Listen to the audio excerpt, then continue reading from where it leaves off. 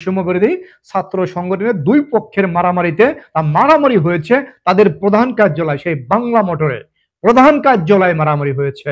আপনারা দেখেছেন যে বাংলাদেশের কোনো একটি সংগঠন, রাজনৈতিক সংগঠন যারা দুর্নীতি করে, অনেক দুর্নীতি করে, মানে এনাদের ভাষ্য মতে যে রাজনীতি যারা করে তারা দুর্নীতি, যারা কিছু বোঝে না, কিন্তু তারপরেও আপনারা কি কখনো দেখেছেন কোন দলের প্রধান কার্যালয়ে, একদম প্রধান কার্যালয়ে দুই পক্ষের একদম প্রধান কার্যালয়, কোন দলের প্রধান কার্যালয়ে মানে এক পক্ষ আহত করেছে এমন নজির বাংলাদেশে আমার মনে নাই। এই তথাকথিত ছাত্র সংগঠন, বৈষম্য বিরোধী ছাত্র সংগঠন, বৈষম্য বিরোধী, তারা বৈষম্য সমাজ থেকে বৈষম্য দূর করবে। বৈষম্য দূর করতে এসে তারা নিজেরাই কুকুর সেজে গেছে। এখন সেই কুকুরে কামড়া কামড়ি শুরু হয়ে গেছে, প্রতিনিয়ত কামড়া কামড়ি চলছে কুকুরে। এখন সেই কুকুররা মানে মুখ দেখানোর জায়গা পাবে না এই বাংলাদেশে। তো কুকুরদের বাংলাদেশের জনগণ গণধোলাই দিয়ে তারপরে এই বাংলাদেশ থেকে বিতাড়িত করবে, এবং সেই সময় অতি সন্নিকটে খুবই কাছে চলে এসেছে যে এই কুকুরদেরকে পিটিয়ে, মানে একদম ঝাঁটা দিয়ে পিটিয়ে বাংলাদেশ থেকে বিদায় করবে। এরা হচ্ছে ফ্যাসিবাদী সংগঠন, নট বৈষম্য বিরোধী। বৈষম্য বিরোধী ওদের মুখে মানায় না, বৈষম্য বিরোধী কোনো কথা ওদের মুখে মানায় না। ওরা হচ্ছে বাংলাদেশের ফ্যাসিবাদী সংগঠন, একদম টোটালি একটা ফ্যাসিবাদী সংগঠন। তা না হলে আপনারা দেখেছেন যে আজকে 7 জন, দুই পক্ষের মারামারিতে 7 জন আহত হয়েছে। এর মধ্যে তেজগাঁও কলেজে একজন নারী শিক্ষার্থীও আছে। অত্যাধিক লোভে পাপে মৃত্যু। এখন বাংলার মানুষ দেখে দেখে মজা নেবে, সেই মজা নেওয়ার সময় চলে এসেছে এবং খেলা শুরু হয়ে গেছে। বাংলার মাটিতে খেলা শুরু হয়ে গেছে। বৈষম্য বিরোধী ছাত্র সংগঠনের বিদায়ের পালা বেজে উঠেছে। কিছুদিন আগে হাসনাত আব্দুল্লাহ বলেছিল যে বাংলাদেশে হয় আওয়ামী লীগ থাকবে, নয় তারা থাকবে। একথা হাসনাত আব্দুল্লাহ কেন, হাসনাত আব্দুল্লাহর 14 গোষ্ঠীর মুখেও মানায় না।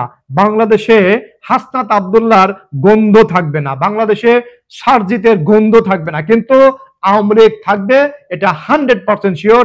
বাংলাদেশ থেকে আওয়ামী লীগকে কেউ রিমুভ করতে পারবে না, আওয়ামী লীগকে কেউ রিমুভ করতে পারবে না। এটা কারো বাপের কোনো সাধ্য নাই। যদি বাংলাদেশের মানে 55% পিপলও ট্রাই করে, বাংলাদেশে যদি 80% পিপলও ট্রাই করে, বাংলাদেশ থেকে আওয়ামী লীগ রিমুভ করতে পারবে না। This is challenge, challenge from me. Awami লীগের পক্ষ থেকে চ্যালেঞ্জ করে দিলাম যে বাংলাদেশ থেকে আওয়ামী লীগকে রিমুভ করার কোনো ক্ষমতা সারা বিশ্বের কারণেই, সারা বিশ্বের, নট অনলি এই ছাত্র সংগঠন তথাকথিত ছাত্র সংগঠন আপনারা দেখেছেন স্বার্থের জন্য তারা কিনা করতে পারে, স্বার্থের জন্য তারা দেশটাকে ধ্বংস করে দিয়েছে।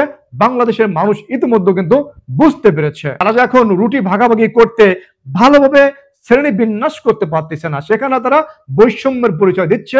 এ কারণে সেই রুটি নিয়ে কাড়াকাড়ি করতে করতে আজকে প্রথমে একদম সেই বাংলা মোটরের তথাকথিত বৈষম্য বিরোধী ছাত্র সংগঠনের সে প্রধান কার্যালয় বাংলা মোটরে ফাটাফাটি হয়েছে। সেখানে হাসনাত আব্দুল্লাহকে দেখলাম যে তার মুখ একদম বোতা হয়ে গেছে, তার মুখ একদম মানে পুড়ে আঙ্গার হয়ে গেছে। মুখের সেই স্প্রে টালা ভাষণ হারিয়ে ফেলেছে। এত যদি তারা জনপ্রিয়, বাংলাদেশে এত পপুলার যদি তারা হয়, তাহলে কেন তারা এই মাত্র 6 মাসের মধ্যে তারা কেন নিজেরা দ্বন্দ্বের সৃষ্টি করলো? কেন তারা রুটি ভাগাভাগি করতে গিয়ে ভাইয়ের মাথা ভাঙলো? তারা যদি এতটা বৈষম্য বিরোধী কথায় বৈষম্য বিরোধী, সব জায়গায় থেকে, বাংলাদেশের সব জায়গা থেকে তারা বৈষম্য দূর করবে, বাংলাদেশের সব জায়গা থেকে দুর্নীতি দূর করে দেবে। তাদের পপুলেশন ম্যান্ডেট কত পার্সেন্ট আছে? হয়তো মোর দেন 2%, মানে 2% উপরে আছে। 2% বলতে হয়তোবা 10% হবে। যদি উপরেও যায়, যদি অত্যাধিক হয় পার্সেন্টেজ, সেই পার্সেন্টেজ যদি অত্যাধিক হয় তাহলে 3% হতে পারে। জনসমর্থন নাই, এখন আছে শুধু ওই কিছু ঢাকা কেন্দ্রে কিছু স্বার্থান্বেষী ছাত্রদের সমর্থন আছে। জনসমর্থন কিন্তু তাদের একদম 0 লেভেলে পৌঁছে গেছে মাত্র 6 মাসে। যদি এভাবে আর 6 মাস থাকে, এভাবে আর 6 মাস যদি তারা চলতে পারে, তাহলে দেখা যাবে কি তাদেরকে ওই রাস্তার রিক্সাওয়ালা, ওই রাস্তার কৃষক, ওই রাস্তার শ্রমিক তাদেরকে জুতা পিটা করতেছে একদম ওপেনে। তাদেরকে যদি রাস্তার শ্রমিক, মানে মুচি, জেলে যদি তাদেরকে পায়, তাদেরকে জুতা মারতে তেড়ে আসবে।